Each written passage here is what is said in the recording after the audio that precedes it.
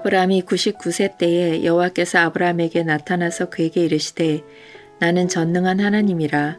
너는 내 앞에서 행하여 완전하라. 내가 내 언약을 나와 너 사이에 두어 너를 크게 번성하게 하리라 하시니 아브라함이 엎드렸더니 하나님이 또 그에게 말씀하여 이르시되 보라 내 언약이 너와 함께 있으니 너는 여러 민족의 아버지가 될지라. 이제후로는 내 이름을 아브라함이라 하지 아니하고 아브라함이라 하리니 이는 내가 너를 여러 민족의 아버지가 되게 함이니라. 내가 너로 심히 번성하게 하리니 내가 내게서 민족들이 나게 하며 왕들이 내게로부터 나오리라.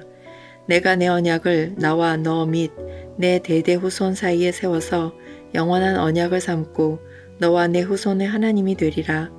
내가 너와 내 후손에게 내가 거류하는 이 땅 곧 가나안 온 땅을 주어 영원한 기업이 되게 하고 나는 그들의 하나님이 되리라. 하나님이 또 아브라함에게 이르시되 그런즉 너는 내 언약을 지키고 내 후손도 대대로 지키라. 너희 중 남자는 다 할례를 받으라. 이것이 나와 너희와 너희 후손 사이에 지킬 내 언약이니라. 너희는 포피를 베어라. 이것이 나와 너희 사이의 언약의 표징이니라. 너희의 대대로 모든 남자는 집에서 난 자나 또는 너희 자손이 아니라 이방 사람에게서 돈으로 산 자를 막론하고 난 지 8일 만에 할례를 받을 것이라. 너희 집에서 난 자든지 너희 돈으로 산 자든지 할례를 받아야 하리니 이는 내 언약이 너희 살에 있어 영원한 언약이 되려니와 할례를 받지 아니한 남자 곧 그 포피를 베지 아니한 자는 백성 중에서 끊어지리니 그가 내 언약을 배반하였음이니라. 하나님이 또 아브라함에게 이르시되 내 아내 사레는 이름을 사레라 하지 말고 사라라 하라. 내가 그에게 복을 주어 그가 내게 아들을 낳아주게 하며 내가 그에게 복을 주어 그를 여러 민족의 어머니가 되게 하리니 민족의 여러 왕이 그에게서 나리라. 아브라함이 엎드려 웃으며 마음속으로 이르되 100세 된 사람이 어찌 자식을 낳을까? 사라는 90세니 어찌 출산하리요 하고 아브라함이 이에 하나님께 아뢰되 이스마엘이나 하나님 앞에 살기를 원하나이다. 하나님이 이르시되 아니라 내 아내 사라가 내게 아들을 낳으리니 너는 그 이름을 이삭이라 하라. 내가 그와 내 언약을 세우리니 그의 후손에게 영원한 언약이 되리라. 이스마엘에 대하여는 내가 내 말을 들었나니 내가 그에게 복을 주어 그를 매우 크게 생육하고 번성하게 할지라. 그가 12두령을 낳으리니 내가 그를 큰 나라가 되게 하려니와 내 언약은 내가 내년 이 시기에 사라가 내게 낳을 이삭과 세우리라. 하나님이 아브라함과 말씀을 마치시고 그를 떠나 올라가셨더라. 이에 아브라함이 하나님이 자기에게 말씀하신 대로 이날에 그 아들 이스마엘과 집에서 태어난 모든 자와 돈으로 산 모든 자 곧 아브라함의 집 사람 중 모든 남자를 데려다가 그 포피를 베었으니 아브라함이 그의 포피를 벤 때는 99세였고 그의 아들 이스마엘이 그의 포피를 벤 때는 13세였더라. 그날에 아브라함과 그 아들 이스마엘이 할례를 받았고 그 집의 모든 남자 곧 집에서 태어난 자와 돈으로 이방 사람에게서 사온 자가 다 그와 함께 할례를 받았더라.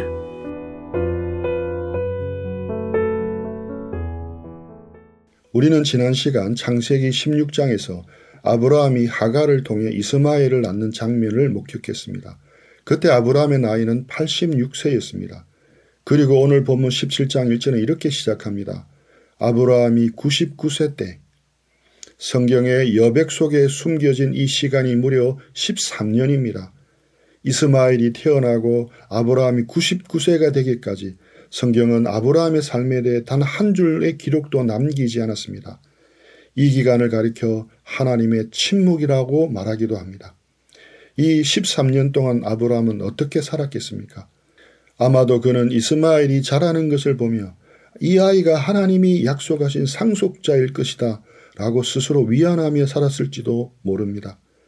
육신의 방법으로 얻은 아들을 보며 하나님의 약속을 자신의 수준으로 끌어내어 적당히 타협하며 살았던 시간, 영적인 정체기와 침묵의 시간이 흐르고 있었습니다.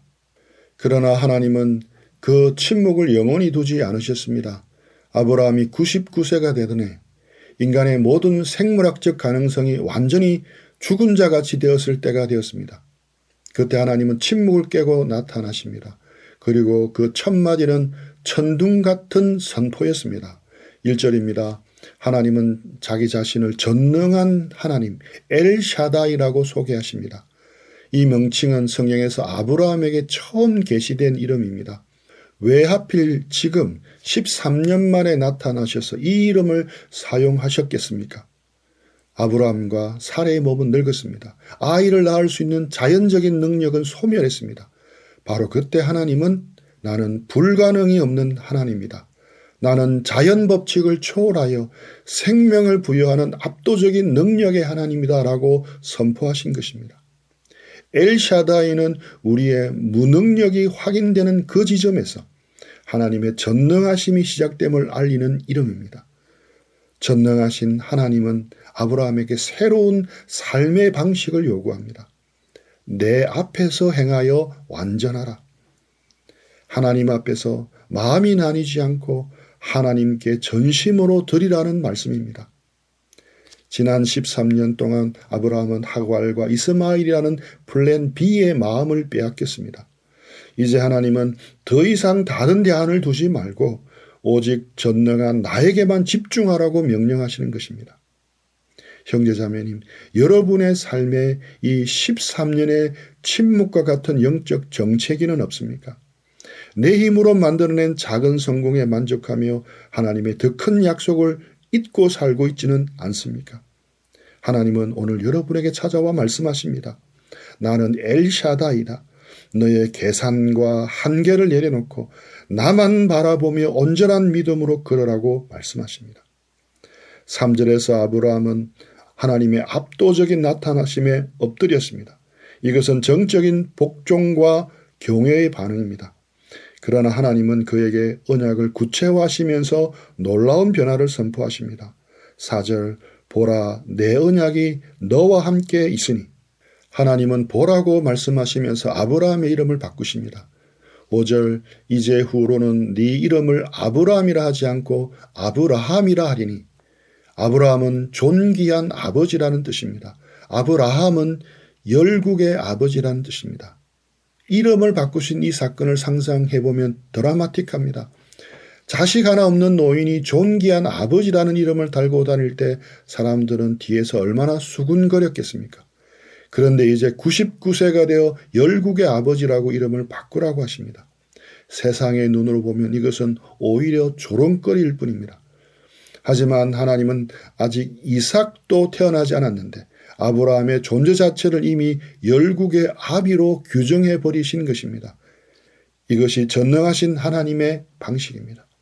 현실은 자식 하나 없는 노인이지만 하나님은 그를 보며 열방을 보십니다. 하나님은 우리에게 완전함을 요구하십니다. 이것은 윤리적인 완벽함이 아니라 하나님을 향한 태도의 완전함입니다. 6절에 왕들이 내게로부터 나오리라고 말씀합니다.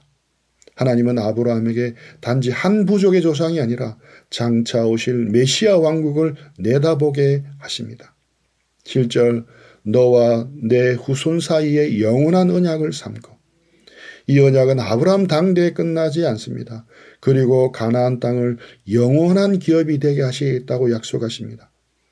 그러나 이 모든 약속의 핵심은 우리가 주목하는 땅이나 자손의 숫자가 아닙니다. 7절과 8절에 반복되는 문구가 있습니다. 나는 너희 하나님이 되리라. 이것이 언약의 절정입니다. 전능하신 하나님이 나의 하나님이 되어주시는 것. 이거보다 더 큰 복은 없습니다. 하나님은 언약의 내용을 말씀하신 후에 이제 아브라함이 지켜야 할 의무를 제시합니다.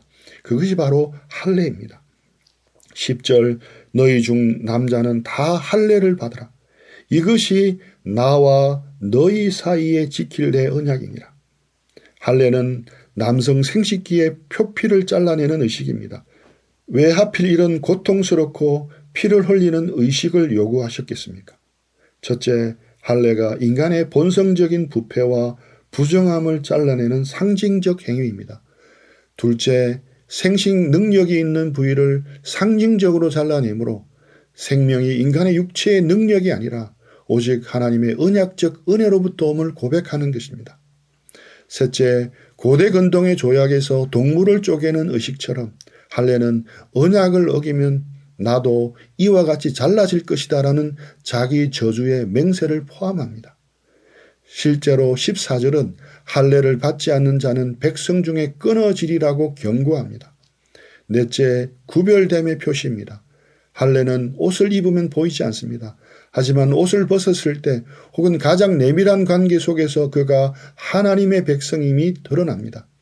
이는 하나님의 백성이 거칠애가 아니라 존재의 가장 깊은 곳에서부터 세상과 구별되어야 함을 보여줍니다.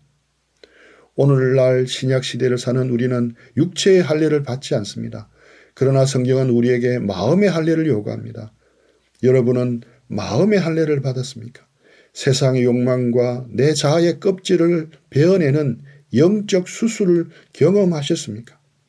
매일 아침 거울을 볼 때마다 혹은 샤워를 할 때마다 자신의 몸을 보며 나는 하나님의 언약 백성이다라는 정체성을 확인했던 이스라엘 백성들처럼 우리도 매 순간 나는 예수님의 피로 사신받은 하나님의 소유다라는 의식을 가지고 살아야 합니다. 세상 사람들과 똑같이 먹고 마시고 입지만 우리 마음 중심에는 지워지지 않는 예수님의 흔적, 스티그마가 있어야 합니다. 15절에서 하나님은 아브라함뿐만 아니라 아내 사라의 이름도 사라라고 바꾸어 주십니다. 사라는 왕비라는 뜻입니다. 열국의 아비에게 걸맞는 열국의 어미가 되게 하신 것입니다. 그리고 아브라함 부부에게 충격적인 약속을 주십니다. 16절 내가 그에게 복을 주어 그가 내게 아들을 낳아주게 하며 이 말을 들은 아브라함의 반응을 보십시오. 17절 아브라함이 엎드려 웃으며 마음속으로 이르되 100세가 된 사람이 어찌 자식을 낳을까? 사라는 90세이니 어찌 출산하리요 하고 여기서 아브라함의 웃음은 무엇을 의미하겠습니까? 이후 18장에 사라가 웃는 것과 연결되는 부분이기도 합니다. 겉으로는 불가능해 보이기에 어이없다는 느낌의 피식하는 웃음입니다. 아브라함은 18절에서 이스마엘이나 하나님 앞에 살기를 원하나이다라고 말합니다. 불가능한 기적을 바라보기보다 지금 이 아이나 잘 축복해 주십시오라는 지극히 현실적인 타협안을 제시한 것입니다. 하나님은 농담도 지나치십니다. 100세 노인이 무슨 아들입니까? 이미 있는 이스마엘이나 잘 봐주십시오. 이런 마음이었습니다. 그러나 하나님은 단호하십니다. 19절 아니라 너 내 아내 사라가 내게 아들을 낳으리니 너는 그 이름을 이삭이라 하라. 하나님은 아브라함의 플랜 B를 거절하십니다. 이스마엘도 축복하여 크게 번성하게 하겠지만 구원의 언약은 오직 약속의 자녀인 이삭과 세우겠다고 선언하셨습니다. 이삭의 뜻은 그가 웃다입니다. 하나님은 반드시 하나님의 방법으로 웃음의 뜻을 가진 이삭, 약속의 자녀를 주시겠다고 하십니다. 그리고 내년 이맘때라는 구체적인 시간까지 정해주십니다. 하나님의 약속은 인간의 비웃음을 기쁨의 웃음, 즉 이삭으로 바꾸시는 능력입니다. 하나님이 말씀을 마치시고 올라가시자 아브라함은 어떻게 합니까? 23절 이에 아브라함이 하나님이 자기에게 말씀하신 대로 이날의 집에 속한 모든 남자들을 데려다가 그 포피를 베었습니다. 주목해서 보아야 할 단어가 이날입니다. 그날 당일에 순종한 겁니다. 재고 따지고 하지 않고 바로 순종한 것이었습니다. 아브라함의 강점이 여기에 있습니다.